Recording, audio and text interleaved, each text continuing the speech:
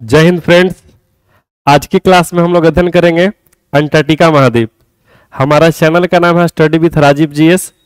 जो अभी तक सब्सक्राइब नहीं किए वो सब्सक्राइब कर लीजिए, ताकि जब भी हम लाइव आए किसी प्रकार का वीडियो अपलोड करें तो इसका लाभ आप सबसे पहले उठा सके। ठीक है, और जो भी देखते हैं सभी लोग वीडियो को लाइक कर दीजिएगा। आइए स्टार्ट करते हैं। अंटार्कटिका महाद्वीप अध्ययन करना है। ठीक है, तो जब अंटार्कटिका महाद्वीप अध्ययन करना है तो आप इस मानचित्र को एक बार थोड़ा सा देखिए जरा गौर से। ये जो मानचित्र आप देख रहे हैं ना, ग्लोब है ये। तो आप यहाँ पे देख रहे हैं इंडिया है, बोले तो भारत है। भारत के नीचे हिंद महासागर है, तो हिंद महासागर के बाद इधर चलिएगा, एस आकृति में अटलांटिक महासागर है। एस आकृति में क्या है? अटलांटिक महासागर है। और फिर इधर आइएगा तो इसको बोलते हैं प्रशांत महासागर। प्रशांत महासागर। अब प्रशांत महासागर का निचला हिस्सा वो जुड़ा हुआ है अंटार्कटिका से। पृथ्वी का यह हिस्सा को उत्तरी ध्रुव कहा जाता है और यह हिस्सा को दक्षिण ध्रुव कहा जाता है। तो अंटार्कटिका महाद्वीप के बारे में पढ़ेंगे, और अंटार्कटिका पृथ्वी के दक्षिणी गोलार्ध में स्थित है। तो ये देख रहे हैं प्रशांत महासागर जुड़ा हुआ है किससे? तो प्रशांत महासागर जुड़ा हुआ है अंटार्कटिका से, इधर वाला एरिया। और आप अगर इधर देखिएगा तो एस आकृति में अटलांटिक महासागर है, और अटलांटिक महासागर भी आके टच करता है यहाँ पे। और फिर अगर और इधर आएंगे तो इसको बोलते हैं हिंद महासागर, और हिंद महासागर का पानी आके टच करता है यहाँ पे। तो सर आपके सामने इसी को बोलते हैं अंटार्कटिका महाद्वीप। ठीक है, इसी का नाम क्या है? अंटार्कटिका महाद्वीप। अब जो अंटार्कटिका महाद्वीप आप देख रहे हैं, इसकी कुछ विशेषता है। उन विशेषताओं को लेकर कई प्रकार के सवाल पूछे जाते हैं, जिन सवालों पे अध्ययन होने वाला है। आइए देखते हैं, गौर कीजिएगा। तो थोड़ा सा मानचित्र यहां पे बना लेते हैं सर, ठीक है, ताकि आसानी से हम लोग समझ सके। ये जो आप देख रहे हैं दरअसल इसी का नाम क्या है? अंटार्कटिका महाद्वीप है। ये देख रहे हैं अंटार्कटिका महाद्वीप है। तो ये जो आप देख रहे हैं महाद्वीप, दरअसल इसे कहा जाता है अंटार्कटिका महाद्वीप।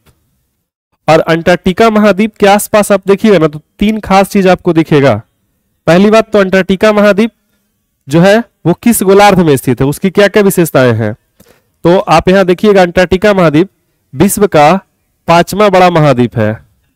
5वां बड़ा महाद्वीप है। और विशेषता यह है कि अंटार्कटिका महाद्वीप आप देखिएगा तो पृथ्वी के दक्षिणी गोलार्ध में है। ये अपना ग्लोब है और ये विषुवत रेखा है। ऊपर कर्क रेखा, नीचे मकर रेखा। ऊपर कर्क, ऊपर क्या है? कर्क है। नीचे क्या है? मकर है। बीच में क्या है? विषुवत रेखा है। जो अंटार्कटिका महाद्वीप है वो आपको दक्षिण में देखने को मिलता है, इस एरिया में, यहां पर इस तरह से। तो इसी महाद्वीप का नाम क्या है? अंटार्कटिका महाद्वीप है। और जो अंटार्कटिका महाद्वीप आप देख पा रहे हैं सर, यहाँ पे अंटार्कटिका महाद्वीप देख पा रहे हैं, तो अंटार्कटिका महाद्वीप से कर्क रेखा नहीं गुजरती है, विषुवत रेखा नहीं गुजरती है। अंटार्कटिका महाद्वीप से कर्क रेखा नहीं गुजरती है, विषुवत रेखा नहीं गुजरती है, मकर रेखा नहीं गुजरती है। लेकिन एक लाइन गुजरती है यहां से। ऊपर में होता है उत्तर ध्रुवीय वृत्त रेखा, ठीक उसी प्रकार नीचे में होता है दक्षिण ध्रुवीय वृत्त रेखा। और दक्षिण ध्रुवीय वृत्त रेखा अंटार्कटिका से होकर गुजरती है, कॉर्नोवा एरिया से, यहां से होकर गुजरती है इस तरह से। ठीक है, तो अंटार्कटिका दक्षिणी गोलार्ध में है, विषुवत रेखा से नीचे होने के कारण दक्षिणी गोलार्ध में है। और यह यहां से कर्क मकर विषुवत रेखा नहीं गुजरती है। ऊपर यूरोप से भी नहीं गुजरती है, यूरोप से भी नहीं गुजरती है, और अंटार्कटिका से भी नहीं गुजरती है। तो यहां कह सकते हैं कि अंटार्कटिका दक्षिणी गोलार्ध में है, दक्षिणी गोलार्ध में स्थित महाद्वीप है, गोलार्ध में स्थित है। अंटार्कटिका किस गोलार्ध में है? गोलार्ध। तो आप कह सकते हैं कि अंटार्कटिका दक्षिणी गोलार्ध में है। और अंटार्कटिका से एक लाइन गुजरती है जिसका नाम है दक्षिण ध्रुवीय वृत्त रेखा। शॉर्टकट में लिख दिया एसपी। एसपी का मतलब होता है साउथ पोल, बोले तो दक्षिण ध्रुवीय वृत्त रेखा। तो साउथ पोल मतलब हो गया दक्षिण ध्रुवीय, इसका नाम है वृत्त रेखा। और दक्षिण ध्रुवीय वृत्त रेखा जो है वो 66.1/2 डिग्री साउथ का लाइन है, दक्षिण में खींचा गया काल्पनिक रेखा है। ठीक है, और यह एक प्रकार का अक्षांश रेखा है। दरअसल बीच में 0 है, तो 1 2 3 4 5 6 ध्रुव पर आते हैं, क्या मिलेगा? 90 डिग्री मिलेगा। तो कहीं ना कहीं देखिएगा तो यहां पे आइएगा, अंटार्कटिका के ऊपरी हिस्सा जो लाइन गुजरता है उसका नाम है 66.1/2 डिग्री साउथ। 66.1/2 डिग्री साउथ, यानी 66.5 डिग्री दक्षिणी रेखा जो है वो इस महाद्वीप से होकर गुजरती है। अगली विशेषता यह है कि यह महाद्वीप का विस्तार पूर्ण रूप से आप कह सकते हैं दक्षिण ध्रुव पर है। पृथ्वी के किस ध्रुव पर? दक्षिण ध्रुव पर है। ऊपर में आपका होता है एनपी, एनपी बोले तो नॉर्थ पोल, इसे कहा जाता है नॉर्थ पोल। और ये जो हिस्सा देख रहे हैं इसे कहता है एसपी, साउथ पोल, दक्षिण ध्रुव। एनपी मतलब होता है नॉर्थ पोल, नॉर्थ माने होता है उत्तर, पोल माने होता है ध्रुव, उत्तर ध्रुव। एसपी का होता है साउथ पोल, साउथ माने दक्षिण, पोल माने ध्रुव, दक्षिण ध्रुव। तो प्योर आप देख सकते हैं यहाँ पे पूरा के पूरा दक्षिण ध्रुव पर स्थित महाद्वीप है। कुछ ऐसा दिखेगा आपको अंटार्कटिका। तो पहले अंटार्कटिका का मानचित्र का अध्ययन कर लेते हैं, उसके बाद यहाँ के सवालों पे चर्चा होगा सर। आइए देखते हैं। अंटार्कटिका महाद्वीप 3 महासागरों से घिरा है। अंटार्कटिका महाद्वीप आप देखिएगा तो 3 महासागरों से घिरा है। तो अंटार्कटिका का ये जो एरिया देख रहे हैं आप, ये वाला एरिया जिस महासागर से घिरा हुआ है इसे कहा जाता है अटलांटिक महासागर। ये देख रहे हैं पूरा, तो ये जो घिरा हुआ है इसे कहा जाता है अटलांटिक महासागर। और आप अंटार्कटिका से उधर की ओर चलिएगा तो उधर की ओर जाने पर जो जलीय क्षेत्र आपको मिलेगा इसे कहा जाता है हिंद महासागर। तो एक तरफ से आप कह सकते हैं यहाँ पे कि यह हिंद महासागर से घिरा हुआ है। ये पूरा के पूरा इस तरह से किससे घिरा हुआ है? हिंद महासागर से घिरा हुआ है। और ये वाला एरिया देख रहे हैं पूरा, ये वाला एरिया, तो ये जो अंटार्कटिका है ये घिरा हुआ है कहीं ना कहीं आप कह सकते हैं कि दुनिया का सबसे बड़ा और सबसे गहरा महासागर, जिसे कहा जाता है पैसिफिक। अब पैसिफिक का मतलब क्या होता है? प्रशांत महासागर। तो ये घिरा हुआ है प्रशांत महासागर से। तो आप कह सकते हैं यहाँ पे कि अंटार्कटिका कितने महासागरों से घिरा हुआ है? 3 महासागरों से। ठीक है, तो ऊपर का एरिया में है आपका अटलांटिक, अटलांटिक महासागर। और इस तरफ आइएगा तो हिंद महासागर है। यहाँ पे हिंद महासागर है, मैंने केवल हिंद लिख दिया, समझ जाइएगा। हिंद महासागर है जिसे इंडियन ओशियन कहा जाता है। पैसिफिक ओशियन या प्रशांत महासागर, इस तरफ पूरा के पूरा देखिएगा तो सर आपको मिलेगा प्रशांत महासागर, प्रशांत महासागर, पैसिफिक ओशियन। और तीनों महासागर का एक एक छोटा छोटा सागर है। तीनों महासागर का एक एक छोटा छोटा सागर है। उन सागरों का नाम कुछ इस प्रकार है। यहां पे जो सागर है उसका नाम है वेडेल सागर, उसका नाम है वेडेल सागर। यहां पे जो सागर उसका नाम क्या है सर? उसका नाम है वेडेल सागर। दिख रहा है ना? हाँ ठीक है, वेडेल सागर है। और आप देखिएगा यहां पे तो इसका नाम है डेविस सागर, छोटा सा सागर है यहाँ पे, इसका नाम है वेडेल सागर। इस छोटा सा सागर का नाम क्या है? वेडेल सागर है यहाँ पे। और यहाँ पे एक छोटा सा सागर है यहाँ पे जिसे कहता है डेविस सागर, डेविस सागर। और डेविस सागर किस महासागर में है? हिंद महासागर में। हाँ दिख रहा है, ठीक है। डेविस सागर हिंद महासागर में है और वेडेल सागर अटलांटिक महासागर में है। और यहां पे जो सागर आपको दिख रहा है ये वाला, इसे कहा जाता है रॉस सागर। इसका नाम क्या है सर? रॉस सागर। यहां पे आपको रॉस सागर मिलेगा। ठीक है, तो रॉस सागर प्रशांत महासागर का हिस्सा है, वेडेल सागर अटलांटिक महासागर का हिस्सा है और डेविस सागर हिंद महासागर का हिस्सा है। इस प्रकार अंटार्कटिका चारों तरफ समुद्र से घिरा हुआ है। और अंटार्कटिका मैंने बताया कि पृथ्वी के दक्षिण ध्रुव पर है। तो पृथ्वी के दक्षिण ध्रुव पर है, तो ये जो सेंटर पॉइंट आप देख रहे हैं यहीं पे क्या है? साउथ पोल है, एसपी, दक्षिण ध्रुव। और यहीं पर से एक लाइन गुजरती है, यहीं पर से एक लाइन गुजरती है, ये कहलाता है 0 डिग्री का देशांतर रेखा। यहां से जो लाइन गुजरता है ना, इस लाइन का नाम क्या है सर? तो इस लाइन का नाम है 0 डिग्री देशांतर रेखा। चलिए आप लिखते हैं, गौर कीजिएगा। इसे 0 डिग्री देशांतर रेखा कहा जाता है, जो कि पृथ्वी के दक्षिण ध्रुव से होकर गुजरती है। 0 डिग्री देशांतर रेखा। तो नीचे तो 0 डिग्री का देशांतर है और ऊपर 180 डिग्री है। नीचे 0 डिग्री का देशांतर है, ऊपर 180 डिग्री देशांतर है। 180 डिग्री देशांतर, 180 डिग्री देशांतर रेखा। तो 180 डिग्री देशांतर रेखा और 0 डिग्री देशांतर रेखा एक दूसरे से कहां पर आके मिलता है? ध्रुव पर, दक्षिण ध्रुव पर। ये देख रहे हैं आप, दक्षिण ध्रुव है। अगली विशेषता जरा सुनिएगा ध्यान से। आप यहां जो देख रहे हैं दक्षिण ध्रुव, दक्षिण ध्रुव पर जाने वाला दुनिया का पहला व्यक्ति एमुंडसेन था। दक्षिण ध्रुव पर जाने वाला पहला व्यक्ति एमुंडसेन था जो नॉर्वे का था, 1911 में गया था। जबकि पृथ्वी के उत्तर ध्रुव पर जाने वाला पहला व्यक्ति रॉबर्ट पियरी, यहां लिख सकते हैं कि नॉर्थ पोल पर जाने वाला पहला व्यक्ति का नाम क्या है, उसका नाम है रॉबर्ट पियरी। और रॉबर्ट पियरी जो है वो अमेरिका का था। अमेरिका को शॉर्टकट में यूएसए लिखा जाता है, यूनाइटेड स्टेट ऑफ अमेरिका। तो पृथ्वी के उत्तर ध्रुव पर जाने वाला पहला व्यक्ति रॉबर्ट पियरी था जो अमेरिका का था। जबकि पृथ्वी के दक्षिण ध्रुव, साउथ पोल, यहां देख रहे हैं साउथ पोल, तो साउथ पोल पर जाने वाला दुनिया का पहला व्यक्ति का नाम क्या है, तो उसका नाम है एमुंडसेन, एमुंडसेन। और सर एमुंडसेन जो है वह कहां का था, तो एमुंडसेन रहने वाला है नॉर्वे का। कहां का, नॉर्वे का। ये वही नॉर्वे जिसे फ्योर्ड तटों का देश कहा जाता है, और नॉर्वे की राजधानी ओस्लो है, और नॉर्वे को मध्यरात्रि का देश भी कहा जाता है, यूरोप महाद्वीप में पढ़ना है। तो एमुंडसेन नॉर्वे का रहने वाला था। और एमुंडसेन कब गया था, तो सर एमुंडसेन गया था 1911 में। पृथ्वी के दक्षिण ध्रुव पर एमुंडसेन कब गया था, 1911 में गया था। जबकि पृथ्वी के दक्षिण ध्रुव पर जाने वाला प्रथम भारतीय व्यक्ति कौन था, तो दक्षिण ध्रुव पर जाने वाला प्रथम भारतीय व्यक्ति का नाम है गिरिराज सिरोही।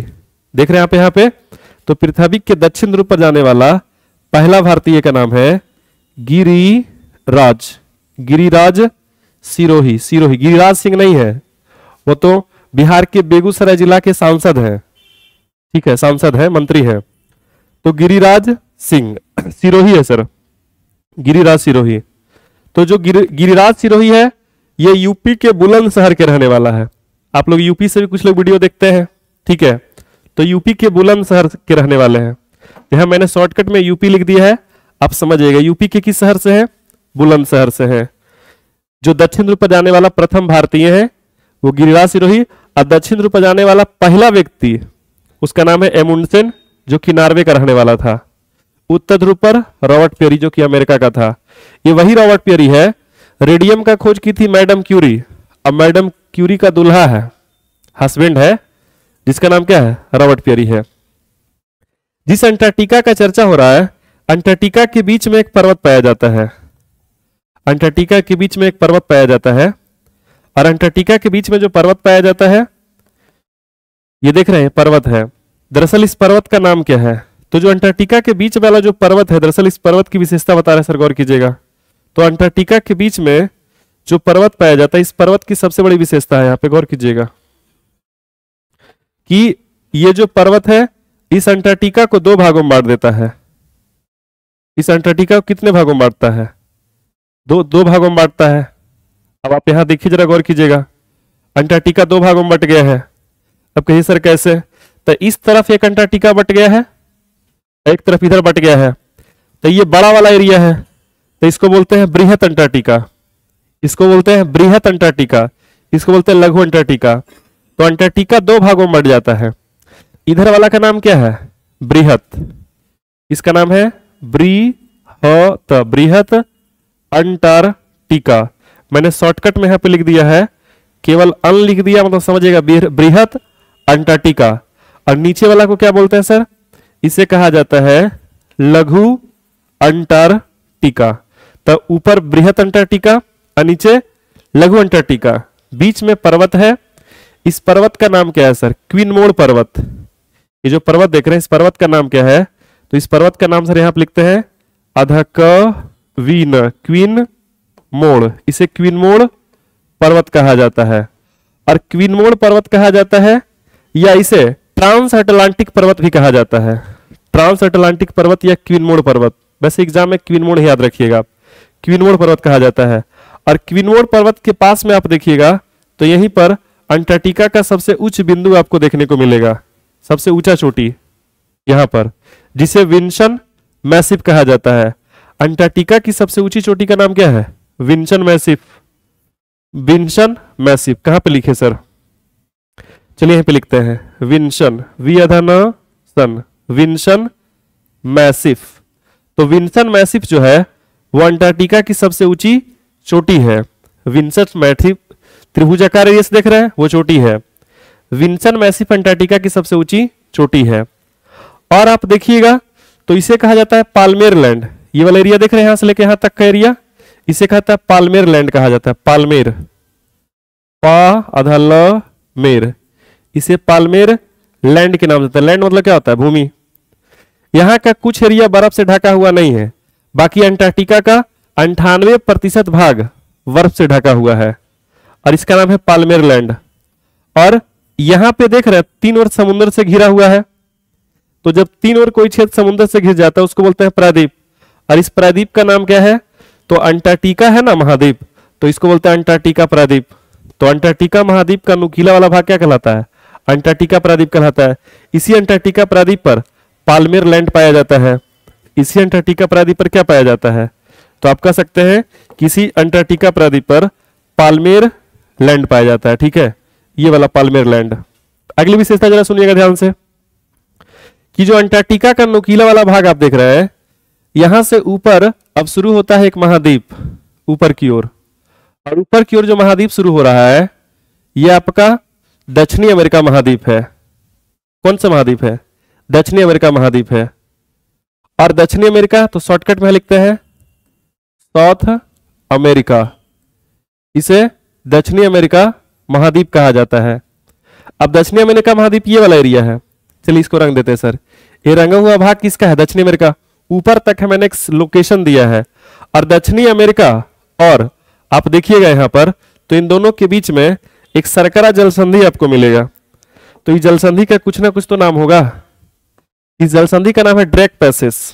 ड्रेक पैसेज, यहां पे एक जलसंधि पाया जाता है, इसका नाम है ड्रेक पैसेज। तो ड्रेक पैसेज नाम का जलसंधि, पैसेज नाम का जलसंधि यहीं पर आपको मिलेगा, ड्रेक पैसेज जलसंधि। और याद रहे सर, जो ड्रेक पैसेज नाम की जलसंधि है वह दक्षिणी अमेरिका को अंटार्कटिका से अलग करता है। दक्षिणी अमेरिका को अंटार्कटिका से अलग करता है और अटलांटिक महासागर को प्रशांत महासागर से जोड़ता है। ये पूरा अटलांटिक महासागर है और ये प्रशांत महासागर है, इन दोनों को एक दूसरे से क्या करता है? जोड़ता है। अगली विशेषता आप जरा देखिए, गौर कीजिएगा। अंटार्कटिका की विशेषता यह है कि अंटार्कटिका में भारत ने 3 शोध केंद्र स्थापित किया है। अंटार्कटिका में भारत ने 3 शोध केंद्र स्थापित किया है। तो भारत का जो 3 शोध केंद्र जो अंटार्कटिका में है वो दरअसल कहां कहां पे है? तो एक शोध केंद्र आपको मिलेगा यहां पर, जरा गौर कीजिएगा, और एक शोध केंद्र मिलेगा यहां पर, 2 शोध केंद्र यहां पे मिलेगा आपको, और एक शोध केंद्र मिलेगा इधर किनारे में, इस एरिया में मिलेगा। 3 शोध केंद्र है भारत का। तो एक का नाम है दक्षिण गंगोत्री, दक्षिण गंगोत्री नाम है, यहां लिखते हैं सर दक्षिण, इसे दक्षिण गंगोत्री के नाम से जानते हैं, गंगोत्री। और याद रहे दक्षिण गंगोत्री जो शोध केंद्र है इसका शुरुआत कब हुआ था? दक्षिण गंगोत्री का शुरुआत 1983 में हुआ था। ठीक है, भारत का कितना शोध केंद्र है? 3 शोध केंद्र है, दक्षिण गंगोत्री, मैत्री है। तो जो दक्षिण गंगोत्री का शुरुआत है वो कब हुआ था? तो कह सकते हैं 1983 में। 1900 कितना में? 83 में हुआ था, लिखते हैं 1983 में। जबकि दक्षिण गंगोत्री के नीचे एक और शोध केंद्र है यहां पर, इसका नाम है मैत्री। और मैत्री नामक शोध केंद्र का शुरुआत कब हुआ है सर? तो मैत्री शोध केंद्र का शुरुआत हुआ 1989 में। 1983 में दक्षिण गंगोत्री और 1989 में मैत्री। जबकि डेविस सागर के पास में देखिएगा तो यहां पे एक शोध केंद्र, इसका नाम है भारती, इसका नाम है भारती। और भारती नामक शोध केंद्र का शुरुआत 2013 में हुआ है, 2013 में हुआ है। भारती नामक केंद्र का शुरुआत कब हुआ है? 2013 में हुआ है। तो भारत का अंटार्कटिका पर 3 शोध केंद्र है, दक्षिण गंगोत्री, मैत्री और भारती। ठीक है, दक्षिण गंगोत्री 1983, मैत्री 1989, भारती 2013। जबकि अमेरिका का भी शोध केंद्र है और रूस का भी शोध केंद्र है। तो रूस का शोध केंद्र आपको मिलेगा यहां पर, इसका नाम है बोस्टॉक, बोअधसटॉक। तो बोस्टॉक नामक शोध केंद्र किसका है? रूस का है। बोस्टॉक नामक शोध केंद्र रूस का है। और बोस्टॉक ही वह स्थान है जो अंटार्कटिका का सबसे ठंडा स्थल है। नोट कर लीजिएगा कि अंटार्कटिका का सबसे ठंडा स्थान कौन सा है? बोस्टॉक है। और अंटार्कटिका का सबसे ठंडा स्थान है, लिखते ठंडा स्थान, ठंडा, ठंडा स्थान। अंटार्कटिका का सबसे ठंडा स्थान है बोस्टॉक। और यहां का टेम्परेचर सर -90 डिग्री सेल्सियस है, डिग्री सेल्सियस, मैंने माइनस में लिखा है पे 90 डिग्री सेल्सियस। बोस्टॉक का टेम्परेचर -90 डिग्री सेल्सियस है। दरअसल आगे देखिएगा तो रॉस सागर के किनारे में देखिएगा तो यहाँ पे छोटे छोटे कई शोध केंद्र आपको दिखेंगे, छोटे छोटे कई शोध केंद्र आपको दिखेंगे इस एरिया में। तो इस एरिया में जो भारत यहाँ पे जो शोध केंद्र है उसका नाम रहेगा लिटिल करके, लिटिल, यहाँ लिखते हैं little, little, little America. Little America शोध केंद्र किसका है? तो नाम ही है लिटिल अमेरिका। तो लिटिल नाम का शोध केंद्र है वो अमेरिका का है। अब लिटिल नाम का शोध केंद्र अमेरिका का है, अब लिटिल करके 1 2 3 4 5 ढेर सारा है। लिटिल करके शोध केंद्र जो है वो अमेरिका का ढेर सारा है, 5 तक है। Little America 1 2 3 4 5, 1 2 3 4 5, little America 1, little America 2, little America 3, little America 4, little America 5। तो लिटिल अमेरिका, लिटिल जितना भी टाइटल है शोध केंद्र का वे सभी के सभी शोध केंद्र किसका है? तो आप कह सकते हैं कि अंटार्कटिका का है सर, ठीक है, सॉरी मतलब अंटार्कटिका में लिटिल अमेरिका 1 2 3 4 जो है सब अमेरिका का शोध केंद्र है। अगली विशेषता यह है कि अंटार्कटिका को लेकर कुछ वन लाइनर सवाल पूछे जाते हैं। जैसे आप यहाँ पे देख सकते हैं, गौर कीजिए, यहाँ पे हेडिंग कर लेते हैं सर अंटार्कटिका, टार्कटिका कि जो अंटार्कटिका महाद्वीप है इसको लेकर कई तरह के सवाल पूछे जाते हैं। जैसे उदाहरण के लिए समझिएगा, ध्यान से गौर कीजिएगा, अंटार्कटिका महाद्वीप का प्रमुख पशु का नाम क्या है? प्रमुख पशु।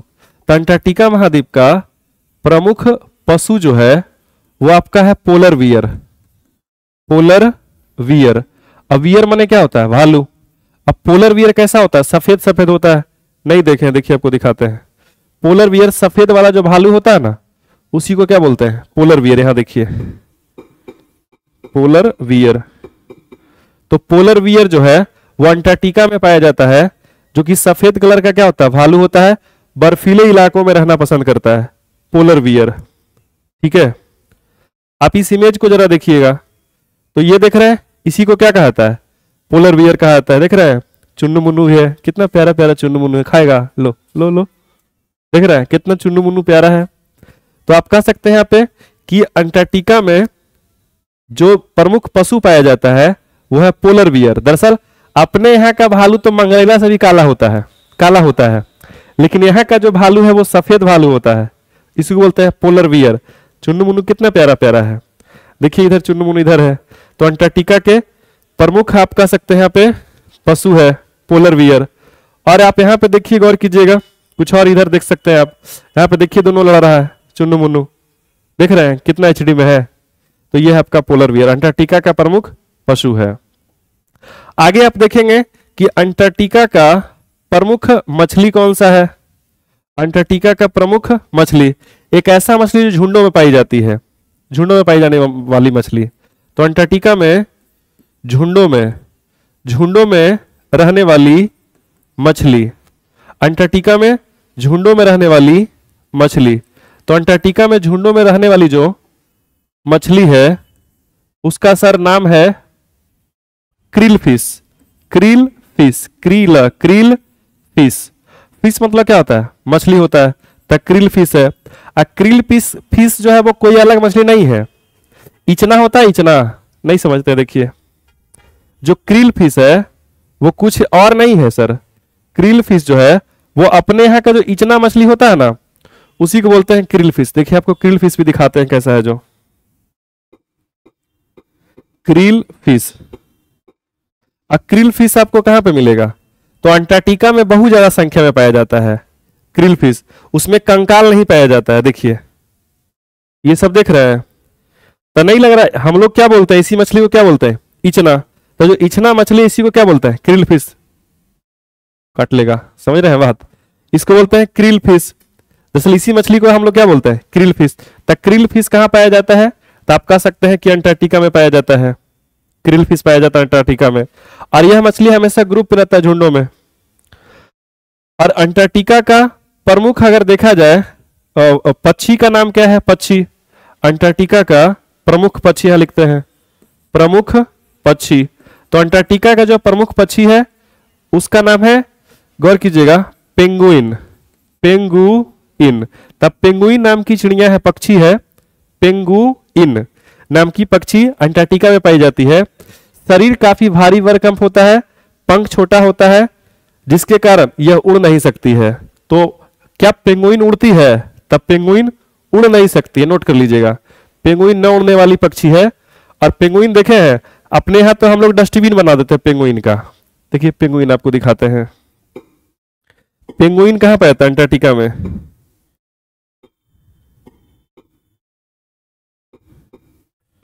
पेंगुइन, तो पेंगुइन आपको कहां पे मिलेगा सर? तब पेंगुइन आप कह सकते हैं कि पेंगुइन पाया जाता है अंटार्कटिका में। अरे ऐसा टाइप का होता है यार, देखो ऐसा वाला देखे है पेंगुइन, इसी को हम लोग क्या बोलते हैं? पेंगुइन बोलते हैं। और पेंगुइन काफी ज्यादा संख्या पाया जाता है अंटार्कटिका में। तो अंटार्कटिका का प्रमुख पक्षी का नाम क्या है? पेंगुइन, जो भारी भरकम शरीर को लेकर उड़ नहीं सकती है। और अंटार्कटिका की प्रमुख वनस्पति क्या है? प्रमुख वनस्पति, तो यहाँ का जो प्रमुख वनस्पति है मतलब जो पेड़ पौधा है, दरअसल उसका नाम क्या है? तो अंटार्कटिका का जो प्रमुख वनस्पति है उसका नाम है लाइकेन, लाइकेन। और होता है मांस, लाइकेन, मांस, और होता है फर्न। ये सब दरअसल छोटे छोटे पौधे होते हैं। तीन यहाँ फेमस है, लाइकेन है, मांस है, फर्न है। ये सभी अंटार्कटिका के क्या है? प्रमुख वनस्पति है। और विशेषता है कि अंटार्कटिका महाद्वीप, दरअसल गौर कीजिएगा यहां पर आप देखिएगा अंटार्कटिका महाद्वीप के बारे में, तो अंटार्कटिका महाद्वीप को सबसे ठंडा महाद्वीप कहा जाता है। इसे विश्व का रेफ्रिजरेटर कहा जाता है। तो लिख सकते हैं यह विश्व का सबसे ठंडा महाद्वीप है, विश्व का सबसे ठंडा, विश्व का सबसे ठंडा महाद्वीप कहा जाता है। और इसे विज्ञान का समर्पित महाद्वीप कहा जाता है, विज्ञान का समर्पित, समर्पित महाद्वीप कहा जाता है। विज्ञान का समर्पित इसलिए कि दुनिया के विविध देशों ने अपना शोध केंद्र स्थापित किया है। एक बात बताइए, भारत अगर कोई बम बनाए, अब बम का टेस्टिंग करना हो तो टेस्टिंग कहाँ करना है? ऐसा जगह जहां आबादी नहीं रहता है। तो अंटार्कटिका में अगर बम का टेस्टिंग करेंगे तो कोई नुकसान होगा? आबादी का नुकसान नहीं होगा, जनसंख्या का नुकसान नहीं होगा। अब कहिएगा सर हम परमाणु बम बनाए हैं, टेस्टिंग करेंगे लाहौर पर, तो लाहौर चल जाएगा भीतरे, लाहौर रहेगा जी, पारे हो जाएगा फिर। तो यह कह सकते हैं विज्ञान के समर्पित महाद्वीप कहा जाता है अंटार्कटिका को, सबसे ठंडा महाद्वीप कहा जाता है। ठंडा होने के कारण इसे विश्व का रेफ्रिजरेटर महाद्वीप भी कहा जाता है। इसे विश्व का रेफ्रिजरेटर, इसे विश्व का रेफ्रिजरेटर महाद्वीप के नाम से भी जानते हैं। और अंटार्कटिका महाद्वीप की कई विशेषताएं हैं, जैसे अंटार्कटिका महाद्वीप पर 6 महीने का दिन और 6 महीने का रात होता है। कैसे? जरा कल्पना कीजिएगा कि अगर ये अपना पृथ्वी है, ये अपना क्या है? पृथ्वी है, तो बीच में विषुवत रेखा होता है। और जब बीच में विषुवत रेखा होता है तो अंटार्कटिका तो नीचे मिलेगा आपको, इस क्षेत्र में अंटार्कटिका महाद्वीप है। यहाँ पे क्या है? अंटार्कटिका है। तो जब यहाँ पे अंटार्कटिका है दक्षिण ध्रुव पर, और सूरज यहां से निकलता है, सूरज, अब जरा गौर कीजिएगा, अगर सूरज यहां से निकलता है, इस तरह से, यहां से क्या निकलता है? सूरज। तो सूरज निकलता है किधर से? पूरब में। आप लोग में से किन्हीं का नाम भी हो सकता है सूरज, ठीक है। तो देखिए गौर कीजिएगा, सूरज जब उत्तरी गोलार्ध में होता है, उत्तरी गोलार्ध में होता है, उत्तरायण, तो इसको बोलते हैं उत्तरायण। असर जब सूरज उत्तरी गोलार्ध में होगा ना, तब सूरज का प्रकाश उत्तर ध्रुव पर पड़ता है, जबकि दक्षिण ध्रुव पर नहीं आता है, यहां तक आके खत्म हो जाता है, दक्षिण ध्रुव पर नहीं पहुंच पाता है, अंटार्कटिका में नहीं आता है प्रकाश। तो सूरज 6 महीना उत्तरायण में रहता है, तो उत्तरी ध्रुव पर दिन और दक्षिण ध्रुव पर 6 महीने के लिए रात हो जाता है। तो सूरज के उत्तरायण में चले जाने के कारण अंटार्कटिका पर 6 महीने का रात हो जाता है, क्योंकि सूरज का प्रकाश नहीं आ पाता है। यही सूरज जब नीचे आएगा, दक्षिणायन में आएगा, तो सर दक्षिणायन में आने के बाद जब विषुवत रेखा से नीचे आता है उसको बोलते हैं दक्षिणायन। तो दक्षिणी गोलार्ध में आने के बाद अंटार्कटिका पे प्रकाश पड़ता है और 6 महीना दिन रहता है। और देखिए उत्तर ध्रुव में क्या हो जाएगा? रात हो जाएगा, क्योंकि ध्रुव पर प्रकाश नहीं पहुंच पाता है। तो कह सकते हैं कि 6 महीने का दिन और 6 महीने का रात होता है कहां? तो ये आप कह सकते हैं कि अंटार्कटिका में होता है, ठीक है। चलिए यहाँ पे देखते हैं, गौर कीजिएगा, लिखते हैं सवाल को कि अंटार्कटिका में जब सूरज, यहां लिखते हैं सूरज, जब सूरज उत्तरायण, उत्तरायण। जब सूरज उत्तरायण में होता है, उत्तरायण में होता है तो यहाँ पे रात होता है। जब सूरज उत्तरायण में होता है ऊपर, तो नीचे क्या हो जाता है? रात। तो लिख सकते हैं 6 माह के लिए, 6 माह के लिए रात हो जाता है। कहाँ पे रात हो जाता है? अंटार्कटिका में। और जब सूरज नीचे आता है दक्षिणायन में, तो 6 माह दिन हो जाता है। तो लिख सकते हैं दक्षिणायन, दक्षिणायन। सर सूरज जब दक्षिणायन में आता है तो यहाँ अंटार्कटिका में 6 माह के लिए आप यहाँ पे कह सकते हैं कि दिन हो जाता है। 6 महीने के लिए क्या हो जाता है? दिन हो जाता है। और जब 6 महीना लगातार दिन रहेगा तो सूरज का प्रकाश पड़ेगा तो गर्मी बढ़ जाएगा, गर्मी बढ़ जाएगा। तो अंटार्कटिका में 2 ही ऋतु पाई जाती है। जब 6 महीना दिन होता है, दिन होता है तो होता है ग्रीष्म ऋतु। यहां पे लिख सकते हैं ग्रीष्म, ग्रीष्म ऋतु, ग्रीष्म ऋतु। जब 6 महीना दिन होता है तब होता है गर्मी का दिन, सूरज का प्रकाश पड़ता है। और जब 6 महीने के लिए सूरज गायब तो ठंडा हो जाता है, यहाँ पे उसको बोलते हैं शीत ऋतु, शीत ऋतु। तो अंटार्कटिका में कितने प्रकार की ऋतुएं हैं? 2 ही प्रकार की ऋतु है। एक तो आपका शीत ऋतु है और दूसरा ग्रीष्म ऋतु है। तो ये सवाल नोट कर लीजिएगा कि अंटार्कटिका में 2 ही ऋतु होता है, शीत ऋतु और ग्रीष्म ऋतु। शीत ऋतु तब होता है जब अंटार्कटिका में 6 महीने के लिए रात होता है। रात तब होता है जब सूरज उत्तरायण में चला जाता है। ग्रीष्म ऋतु तब होता है जब अंटार्कटिका में 6 महीना के लिए दिन होता है। दिन तब होता है जब सूरज दक्षिणायन में होता है। ठीक है, नेक्स्ट बात आगे समझिएगा ध्यान से। जिस अंटार्कटिका के बारे में आप अध्ययन कर रहे हैं उसकी कई विशेषताएं हैं, तो उन्हीं विशेषताओं पे चर्चा करते हैं। सर जो अंटार्कटिका महाद्वीप है इसका खोज किसने किया था? तो अंटार्कटिका का खोज को लेकर कई तरह के सवाल पूछे जाते हैं। तो अंटार्कटिका का जो खोज है सर्वप्रथम जेम्स कुक ने किया था, जेम्स कुक। अंटार्कटिका का खोज का पहला प्रयास, अंटार्कटिका का खोज का प्रथम प्रयास, यहां लिख सकते हैं फर्स्ट, फर्स्ट प्रयास। तो अंटार्कटिका का खोज का पहला प्रयास जेम्स कुक ने किया था, जबकि पूरे अंटार्कटिका का विस्तृत जानकारी और अंटार्कटिका के मुख्य भूमि पर पहुंचा था वो व्यक्ति था फेबियन बेलिंगशॉसेन, जो कि रूसी जहाज से गया था, जिस जहाज का नाम था बोस्टन, बोस्टॉक। तो यहां लिखते हैं, गौर कीजिएगा, विस्तृत जानकारी। तो अंटार्कटिका का विस्तृत जानकारी देने वाला व्यक्ति का नाम है फेबियन, फेबियन, फेबियन वेलिंग, बेलिंगशॉसेन, तब फेबियन बेलिंगशॉसेन नामक व्यक्ति है जो अंटार्कटिका का विस्तृत जानकारी दिया है। और विस्तृत जानकारी दिया है, दरअसल यह बोस्टॉक नामक जहाज से गया था, बोस्टॉक नामक जहाज से गया था। ठीक है, और यह जहाज कैसा है सर? रसियन है, मतलब रूसी जहाज है। किसका जहाज है? रूस का जहाज है। रसियन मतलब रसियन नहीं पहुंच जाइएगा, वो रसियन नहीं, आईपीएल वाला। एक लड़का जानते हैं 2 दिन क्लास अब्सेंट था, तो हमने कहा, एक दिन की बात है ऐसा, एक लड़का 2 दिन से क्लास अब्सेंट था, तो हमने कहा कि 2 दिन से क्लास नहीं आ रहा था ऑफलाइन मैच में। तो कहता है सर मैच देखने गए थे। तो हम बोले मैच देखने वहां चला गया? तो हाँ सर। तब मैच देख लिया? तो हाँ सर। मैच क्या देखेंगे सर, रसियन से नजर हटे तब ना। बताइए, ऐसा ऐसा छोटा लोग होता है, कहा बोले लोग के। चलिए यहाँ देखिएगा, तो जानकारी किसने दिया था? फेबियन बेलिंगशॉसेन ने दिया था, विस्तृत जानकारी इन्होंने दिया था। ठीक है, बोस्टॉक नामक जहाज से गया था। अंटार्कटिका में जिस जहाज से गया है वह जहाज जहां रुका उसी के नाम पर पड़ गया बोस्टॉक। और बोस्टॉक में ही तापमान मापा गया तो सबसे ठंडा है, -90 डिग्री सेल्सियस अंटार्कटिका का तापमान। अंटार्कटिका की अगली कई विशेषताएं हैं, जिन विशेषताओं पे चर्चा करते हैं, जरा गौर कीजिएगा। अंटार्कटिका का 98% भाग, 98% जो भाग है वह बर्फ से ढका है। 98% जो भाग है वह सालों भर बर्फ से ढका रहता है। और बर्फ से जब 98% भाग ढक जाएगा तो कैसा दिखेगा? सफेद सफेद दिखेगा, इसलिए इसे श्वेत महाद्वीप कहा जाता है। अंटार्कटिका को श्वेत, अथा श्वेत, श्वेत, श्वेत महाद्वीप कहा जाता है, या इसे गतिशील महाद्वीप भी कहा जाता है। श्वेत महाद्वीप भी कहा जाता है। अब प्लस में लिख दिया यहाँ पे गतिशील, गतिशील, इसे गतिशील महाद्वीप के नाम से भी जानते हैं। तो श्वेत महाद्वीप और गतिशील महाद्वीप किसे कहा जाता है? तो आपका जवाब है कि श्वेत महाद्वीप और गतिशील महाद्वीप कहा जाता है अंटार्कटिका को। अंटार्कटिका में एकमात्र ज्वालामुखी है, अंटार्कटिका में एकमात्र ज्वालामुखी है, कौन सा? तो माउंट एवुर्स, जो कि आपको यहां पे मिलेगा देखने को।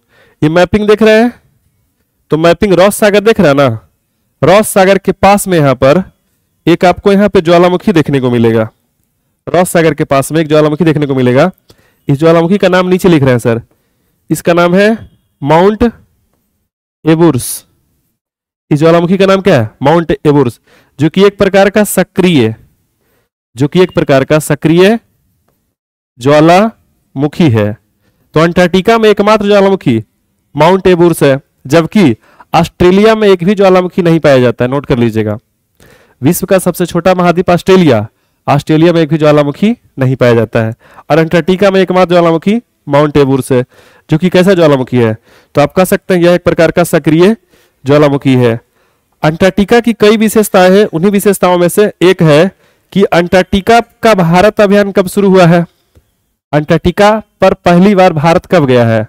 तो अंटार्कटिका का भारत अभियान यहां लिखते हैं, अंटार्कटिका पर भारत अभियान, भारत।